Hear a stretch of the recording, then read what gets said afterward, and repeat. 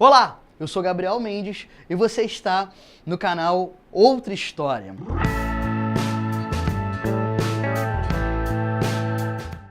E hoje a gente vai começar um nosso novo quadro, yes, que se chama Que História é Essa? Esse quadro a gente vai trabalhar temas, frases, momentos históricos que são falados no senso comum, na sala de aula, muitas das vezes pelos professores. Pelo meu sangue, pela minha honra e pelo meu Deus, juro promover a independência do Brasil. Independência ou morte! Independência ou morte! E que apresentam, na verdade, dados equivocados. O que a gente pode, então, dizer é que a gente vai trabalhar com as fake news na história. A ideia das notícias falsas. Qual a minha intenção com esse quadro? A minha intenção é poder mostrar para vocês que mesmo em temas muito clássicos dentro das aulas de história, algumas frases, alguns eventos, eles foram criados, eles foram desenvolvidos, eles foram artificialmente criados para dar a ilusão ou para ressaltar algumas características, para desconstruir alguns personagens. Então a ideia é apresentar basicamente qual é o evento, como ele foi criado, o contexto da sua criação e o mais importante, apresentar ferramentas que permitam que vocês aí, professores, alunos e curiosos, consigam acessar essas informações e tirar vocês mesmos as suas conclusões, beleza? E qual é o nosso primeiro quadro? Revolução Francesa e a polêmica frase de Maria Antonieta. Bom, a ideia aqui, galera, é a gente falar de um evento fundamental, muito trabalhado e que, em geral, a gente gosta durante as aulas, que é o tema da Revolução Francesa. A Revolução Francesa, em 1789, ocorrida, obviamente, na França, e foi um grande marco na história. Foi um evento tão importante que é um paradigma temporal. O que significa isso? Marca a passagem do tempo da Idade Moderna para a Idade Contemporânea. A gente sabe, a grande revolução burguesa da história, os ideais iluministas colocados em prática e mudando as estruturas do seu ser. A Revolução Francesa foi um evento tão paradigmático, que estabeleceu tantos paradigmas novos, que vai marcar a passagem do tempo. A Revolução Francesa vai culminar com a ascensão da classe burguesa. Só que essa ascensão da burguesia na França, ela foi o resultado de um processo histórico que a gente pode citar, que começa lá no início do século XVIII, quando surge na Europa, e com grande força principalmente na França, um movimento conhecido como o Iluminismo. Movimento filosófico que pregava a ideia da liberdade e do conhecimento como um meio, como um caminho para a iluminação. Então a gente percebe que o iluminismo, esse movimento filosófico muito ligado à classe burguesa, visava desconstruir o mundo que estava naquele momento instituído, o que a gente comumente chama de status quo.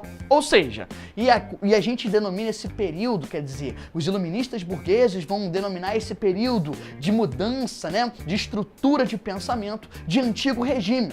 O antigo regime era baseado em alguns princípios principais, alguns princípios fundamentais. Dentre eles, a ideia do rei absoluto que tomava todas as decisões porque era visto como um representante de Deus na Terra.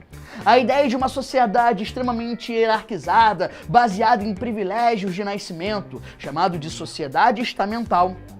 E baseado na forte intervenção, tanto da Igreja Católica, ou seja, da religião, nos assuntos do Estado, e principalmente dessa concepção da intervenção do Estado na economia, que lá na Idade Moderna a gente chama de mercantilismo, e que na visão da burguesia era um grande entrave aos seus ganhos e aos seus lucros. Por que eu estou fazendo esse panorama? Para a gente chegar no momento que antecede ali o início da Revolução Francesa. A Revolução Francesa se inicia em 1789, mas ela foi antecipada por um conjunto de processos, na verdade uma grande conjuntura, no qual a estrutura do absolutismo começa a sofrer fortes abalos. E a gente pode denominar como uma das características importantes para essa desconstrução justamente a ascensão ao poder de um rapaz chamado Luís XVI. Por que Luís XVI é importante nessa história toda da polêmica frase? Porque Luís XVI foi casado com ninguém mais, ninguém menos do que Maria Antonieta. E a frase que esta maravilhosa disse, será? Que não se não tem pão que comam brioches. Será que ela falou realmente isso? Uma frase que marcou a vida de Maria Antonieta até os dias atuais. É esta polêmica frase que hoje a gente finalmente vai chegar à conclusão de que foi falada ou não foi falada por Maria Antonieta.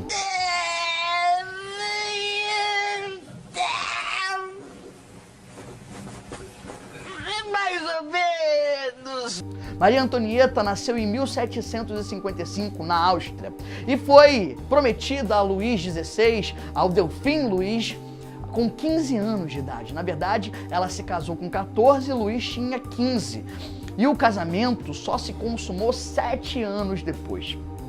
Maria Antonieta, da importante dinastia europeia dos Habsburgos, filha de Maria Teresa, uma das mais importantes rainhas da história europeia, teve uma vida de extravagâncias, de luxo e de gastos.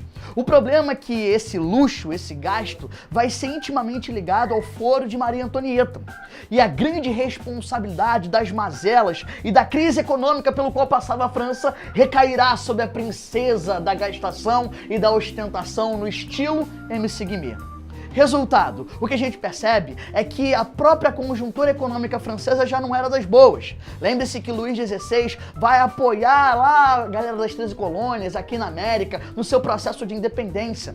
Uma guerra que não tinha muito lá relação com a França, mas que Luís XVI vinha como uma boa oportunidade para prejudicar sua principal inimiga, a Inglaterra. Só que essa guerra, do outro lado do Atlântico, trouxe grandes prejuízos econômicos. Além disso, os grandes gastos da nobreza francesa causavam prejuízos econômicos ano a ano de forma consecutiva. Para você ter uma noção muito clara, o que a coroa francesa arrecadava em impostos era metade do que ela gastava. Ou seja, nós tínhamos os famosos, aquilo que a economia gosta de chamar de déficit.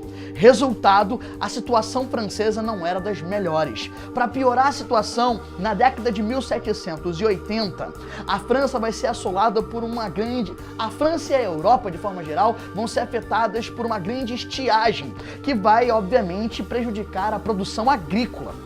Afetando a produção agrícola, você que já está aí imbuído de todo conhecimento histórico sabe. Uma grande dificuldade em se conseguir alimentos. E a gente vai chegando então no nosso momento chave. Nesse momento onde a população francesa mais pobre principalmente passava fome, passava necessidade, a corte francesa do Palácio de Versalhes, símbolo da opulência e do luxo da corte europeia, traduzia essa grande crise em festas, em abundância de comida, mas para aqueles poucos. Como assim poucos, Gabriel? Do que você está falando? Pessoal, se a gente pegar a sociedade francesa da época, 96% da população era formado pelo terceiro estado, que tinha entre os seus componentes a burguesia, os camponeses e os servos. A grande maioria da população que carregava sobre seus ombros o peso do pagamento de todos os impostos. Por outro lado, os 4% restantes da população francesa, o clero e a nobreza, isenta dos impostos, abundava-se na opulência e no luxo. É claro que isso trazia grande insatisfação por parte do restante da população. E a população francesa escolheu Maria Antonieta como símbolo desse luxo que lhes trazia prejuízo, morte e angústia. Tá parecendo até a novela mexicana, não é? Resultado, galera. Durante esse momento vai acontecer as famosas revoltas da farinha. Por quê? Era muito comum entre a nobreza francesa, lá na hora de colocar os seus penteados grandiosos, se colocar a farinha, né, para ajudar no molde dos cabelos enormes das cortesãs francesas. E aí, a população que passava fome. E a farinha, a gente sabe, é uma matéria-prima muito importante lá para se fazer o pão, base da alimentação do campesinato francês. Para você ter uma ideia, cerca de 50% do que a população francesa mais pobre consumia, 50% da sua renda era para comprar pão. Mamãe, no céu tem pão, e morreu. Sendo assim, galera, essa situação de uma nobreza, de uma corte extremamente opulente, de uma corte extremamente gastadora e, por outro lado, uma população que passa miséria, vai servir como argumento importante para uma classe que também estava se sentindo bastante prejudicada. Apesar de não sofrer tão fortemente com as mazelas da fome, a burguesia estava insatisfeita com essa constituição da sociedade francesa. E não à toa, ela vai utilizar esse momento de crise econômica para se aproveitar e ocupar aquele vácuo revolucionário importante para iniciar em julho de 1789 a Revolução Francesa com a tomada da Bastilha. É claro que essa frase foi atribuída a Maria Antonieta para se criar a visão de que a corte francesa, de forma geral, estava completamente desconectada da realidade do restante da população. Maria Antonieta, então, vai ser utilizada como símbolo daquilo que deve ser destruído para a construção de uma sociedade mais justa, de uma sociedade mais igualitária, de uma sociedade mais fraternal. Agora, será que essa frase realmente foi falada por Maria Antonieta? Não.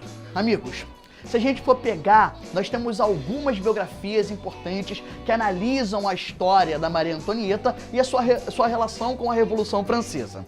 Na verdade, o que eu quero fazer com vocês é o seguinte: demonstrar que essa frase até hoje, inclusive, nas aulas de história são muitas vezes repetidas como tendo sido atribuídas a Maria Antonieta.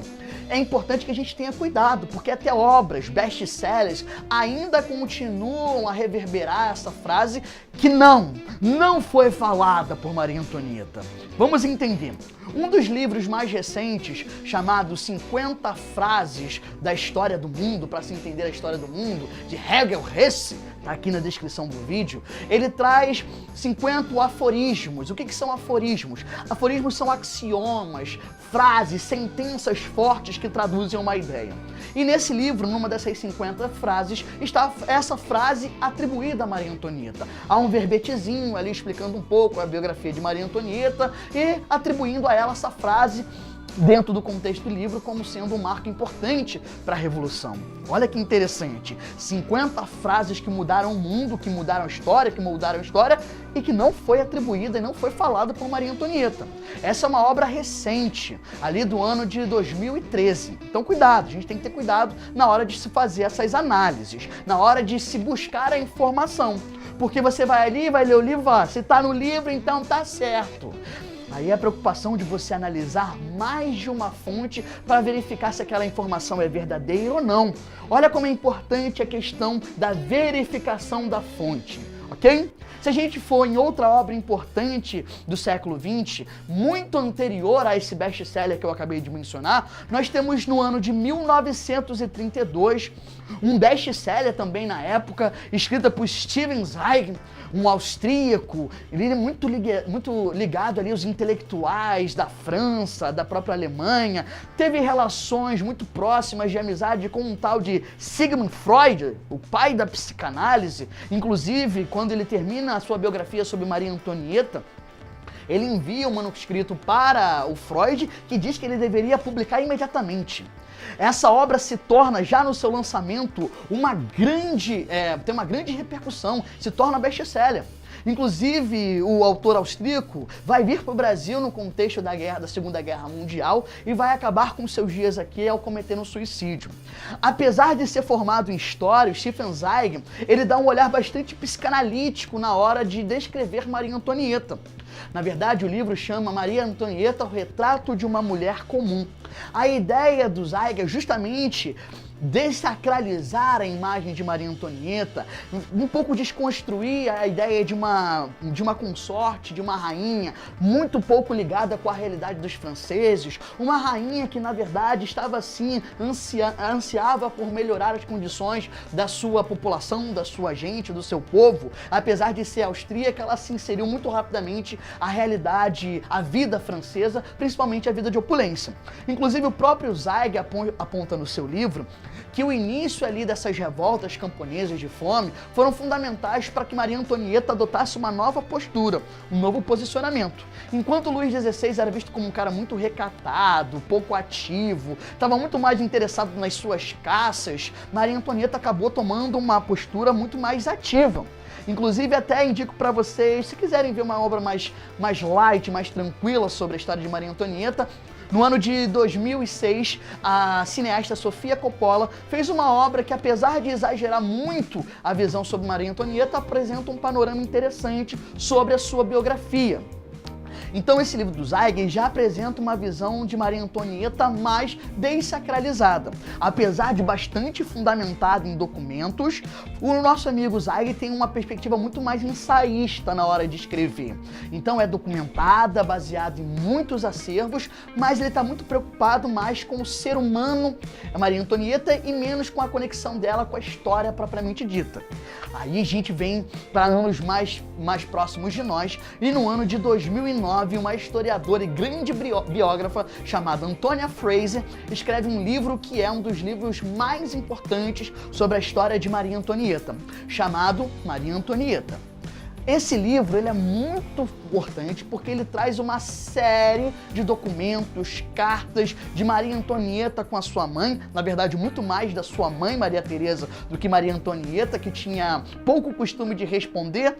Sabe você que lê aquela mensagenzinha no WhatsApp e não responde? Então, é basicamente o que Maria Antonieta fazia com a sua mãe. E esses documentos evidenciam que Maria Antonieta não estava tão desconectada assim da realidade francesa, não.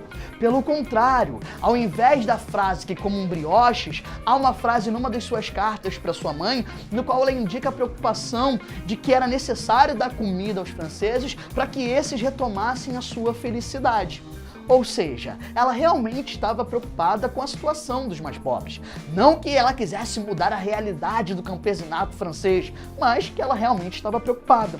Então, afinal de contas, por que você criou a imagem de Maria Antonieta desconectada da realidade francesa? Porque essa frase, que comam brioches, é uma frase que se colou à imagem de Maria Antonieta. E onde é que a gente busca a origem desta frase, afinal de contas? A gente vai lá na obra de 1737, de um rapaz chamado Jean-Jacques Rousseau, que você estuda nas suas aulas de história. Filósofo iluminista, radical, o cara que dizia que a propriedade privada era o maior mal da sociedade. Na sua obra Confissões, ele atribui essa frase, que comam brioches, a outras monarcas antes de Maria Antonieta. Na verdade, já desde o século XVII, alguns inclusive falam desde o século XV, a própria Antonia Fraser traz algumas informações no seu livro a respeito disso, essa frase foi atribuída a outros monarcas. Ué, mas por quê? Justamente em todos os momentos para ressaltar essa desconexão, essa falta de perspectiva da realidade existente desses reis, desses monarcas em relação à realidade dos seus súditos. A famosa ideia da alienação. Antonia Fraser, então, com a sua obra, com a sua biografia sobre Maria Antonieta, visa, então, colocar os pés no chão sobre a história de Maria Antonieta para dizer, beleza, ela com certeza curtia uma vida noturna, lá no seu palácio em Trianon, um palácio de verão, onde aconteciam coisas obscuras, jogos, festas, mas Maria Antonieta também não era um monstro alienado que não tinha relação nenhuma com a realidade do seu povo.